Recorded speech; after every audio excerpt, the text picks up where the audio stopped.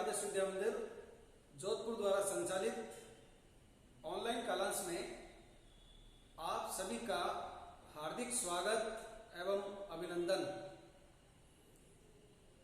आज हम कक्षा एकादशी विषय राजनीति विज्ञान पाठ 4 कार्यपालिका और आज का प्रकरण है राष्ट्रपति की शक्ति और स्थिति। राष्ट्रपति सरकार का औपचारिक प्रमुख होता है और औपचारिक प्रमुख होने के नाते उसी तरह से कार्य करता है। राष्ट्रपति को कई शक्तियां प्राप्त होती है, जिनमें विधायी, कार्यपालिका संबंधी, कानूनी, आपातकालीन, ऐसी बहुत सी शक्तियां राष्ट्रपति को प्राप्त होती है। लेकिन हमारे देश में संसदीय व्यवस्था होने के कारण राष्ट्रपति अपनी समस्त शक्तियों और कार्यों का प्रयोग मंत्रिपरिषद की सलाह पर करता है।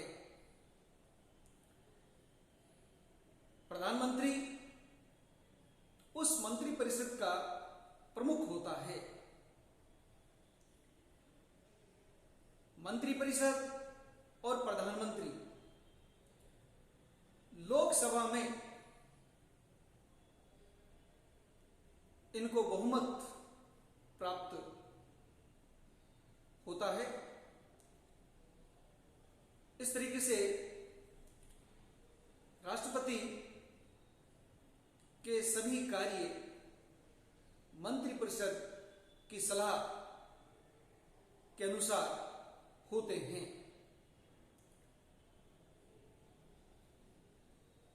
राष्ट्रपति के कुछ विशेष अधिकार भी होते हैं। राष्ट्रपति औपचारिक रूप से प्रमुख होने के नाते वह मंत्रिपरिषद की कार्यवाही और बहुत ही महत्वपूर्ण मुद्दों से संबंधित जानकारी, सूचनाएं प्राप्त कर सकता है। प्रधानमंत्री का यह कर्तव्य बनता है कि वह राष्ट्रपति महोदय द्वारा चाही गई सूचनाएं, जानकारियां उन्हें प्रदान करे। राष्ट्रपति समय समय पर पत्र लिखकर महत्वपूर्ण मुद्दों से संबंधित अपने विचार व्यक्त करता है। इसी प्रकार कोई भी विधेयक बिना राष्ट्रपति के हस्ताक्षर के कानून नहीं बन सकता। केवल धन विधेयक को छोड़कर शेष सभी विधेयक जब राष्ट्रपति के पास आते हैं उनकी स्वीकृति के लिए, तो राष्ट्रपति वीटो पावर यानी कि निषेधाधिकार का प्रयोग कर सकते हैं।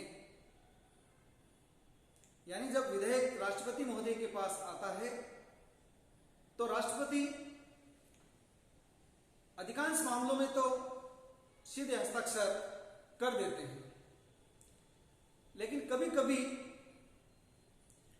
पुनर्विचार के लिए उसे मंत्रिपरिषद के पास भेज देते हैं। अब मंत्रिपरिषद उस विधेयक पर पुनर्विचार करती है।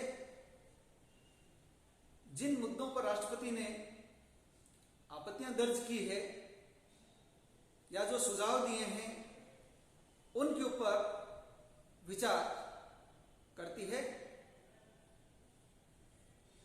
लेकिन मान लीजिए मंत्रिपरिषद ने उस पर कोई विचार नहीं किया और दोबारा राष्ट्रपति के पास उसे भेज दिया। ऐसी स्थिति में राष्ट्रपति हस्ताक्षर करने के लिए बाध्य होते हैं। दूसरी बार जब विधेयक उनके पास आता है तो उन्हें हस्ताक्षर करने ही पड़ते हैं। लेकिन राष्ट्रपति का पद बहुत ही गरिमामय पद होता है। देश का प्रथम नागरिक राष्ट्रपति होते हैं। इसलिए उन्होंने जो सुझाव दिए हैं या जो आपत्तियां दर्ज की है उसके ऊपर मंत्रिपरिषद बिना विचार किए दोबारा नहीं लौटाती, अर्थात उसके ऊपर विचार विमर्श करते ही हैं, क्योंकि पद और प्रतिष्ठा का प्रश्न होता है। इसके अलावा कभी कभी विधेयक को राष्ट्रपति लंबे समय तक उसके ऊपर अपनी स्वीकृति नहीं देते, उसे लंबित रख लेते हैं। ऐसी स्थिति में राष्ट्रपति के पास समय मिल जाता है कि वह अपने वीटो पावर को अच्छी तरीके से इस्तेमाल कर सके। अब लंबे समय तक विधेयक को लंबित रखने का अधिकार राष्ट्रपति के पास है। क्यों? क्योंकि संविधान के अंदर ऐसी कोई व्यवस्था नहीं है जो राष्ट्रपति के लिए सीमा निर्धारित करता हो कि उसे हस्ताक्षर कितने समय में करना है। ऐसी कोई व्यवस्था नहीं होने के कारण उस विधेयक को राष्ट्रपति लंबित रख सकता है। इसे ही पॉकेट वीटो के नाम से भी जाना जाता है। एक विशेष अधिकार राष्ट्रपति का कि जब प्रधानमंत्री की नियुक्ति करता है राष्ट्रपति, उस समय भी वह विशेष अधिकार का प्रयोग करता है। जब चुनावों में किसी पार्टी को बहुमत मिल जाता है, सरकार बनाने के लिए जो आवश्यक बहुमत होना चाहिए वो बहुमत अगर उसे मिल जाता है, तब तो बहुमत दल के नेता को राष्ट्रपति शपथ दिलाकर प्रधानमंत्री के रूप में उसकी नियुक्ति करता है। लेकिन जब किसी भी दल को सरकार बनाने के लिए स्पष्ट बहुमत प्राप्त नहीं होता है, तब राष्ट्रपति अपने स्वविवेक से, अपने विशेष अधिकार से निर्णय लेता है कि वह सरकार बनाने के लिए किसे आमंत्रित करें। क्योंकि सरकार बनाने का दावा